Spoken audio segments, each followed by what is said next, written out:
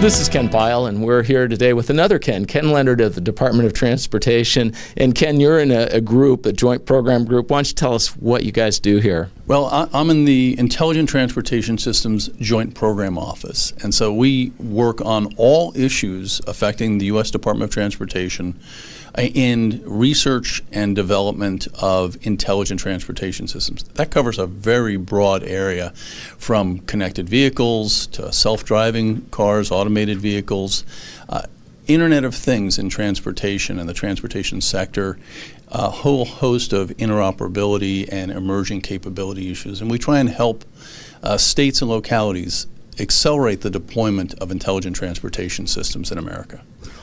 It's funny you mentioned Internet of Things, and you guys have been working on that for the last 10 years, right? You've had a very extensive program. Why don't you kind of walk us through how you got to where we are today?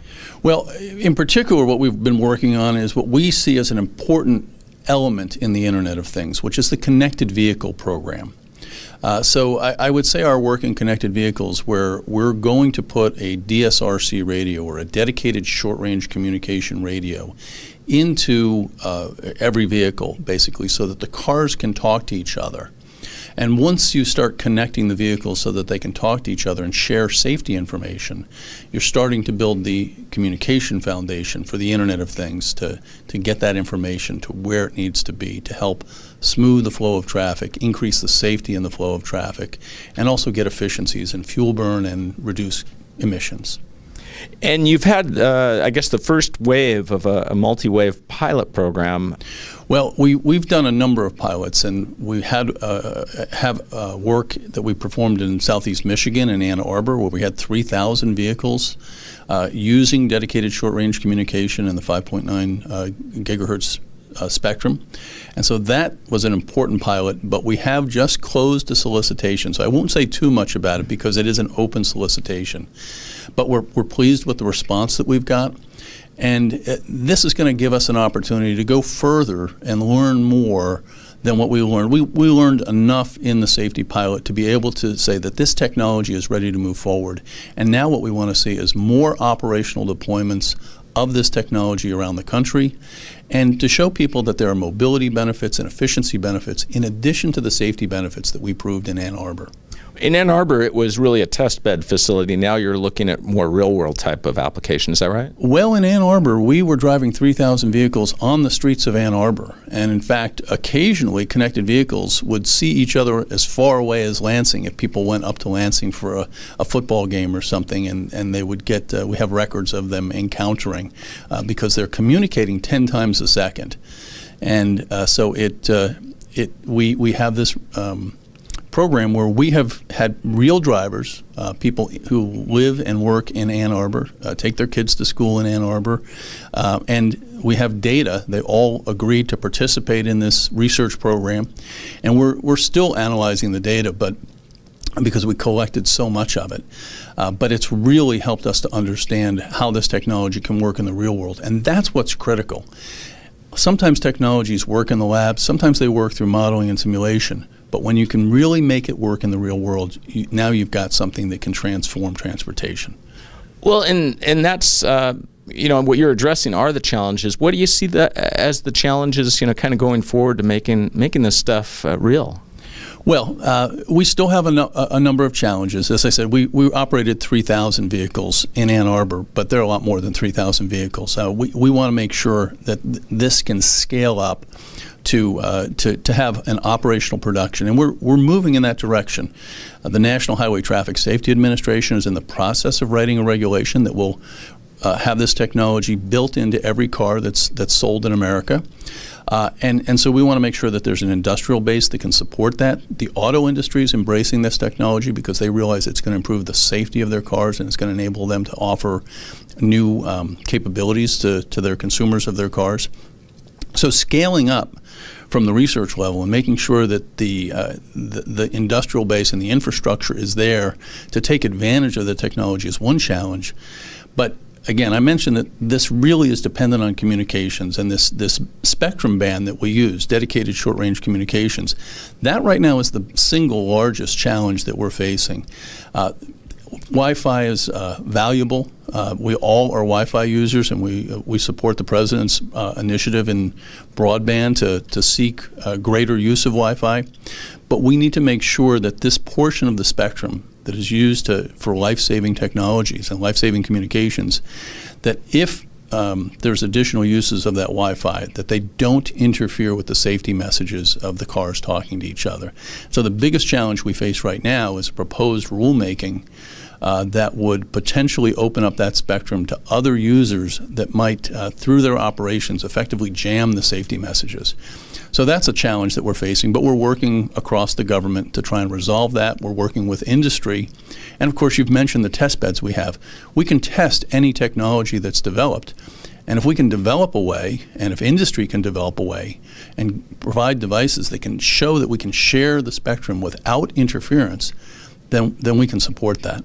So that could be another potential test mechanism where you get the communications industry and the auto industry working together, I suppose. I think there are great opportunities for both communications and autos to work together. As a matter of fact, I wasn't at the Consumer Electronics Show this year, but I understand there were about as many cars there as consumer electronics. Cars are a great vehicle for consumer electronics, and so I think there's a great synergy between those two industries.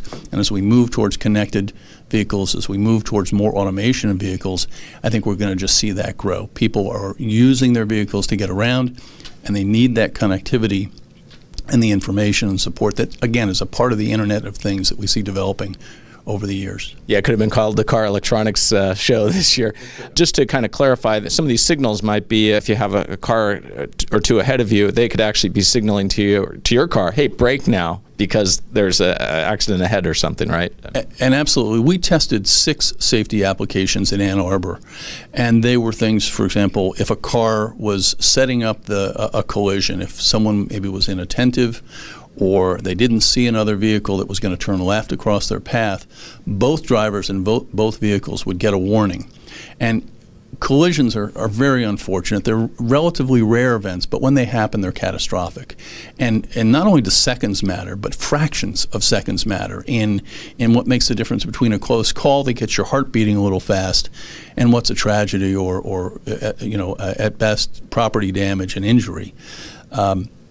So it's very important that those communications happen. We've developed safety applications, we've developed mobility and efficiency applications, and we, just like the smartphones, have seen a proliferation of applications. We expect that as connected vehicles emerge on the scene, and we expect to see the first ones in 2017 coming off the production lines, that we'll see a proliferation of applications that people are using to help them as they drive around, both safety and mobility applications.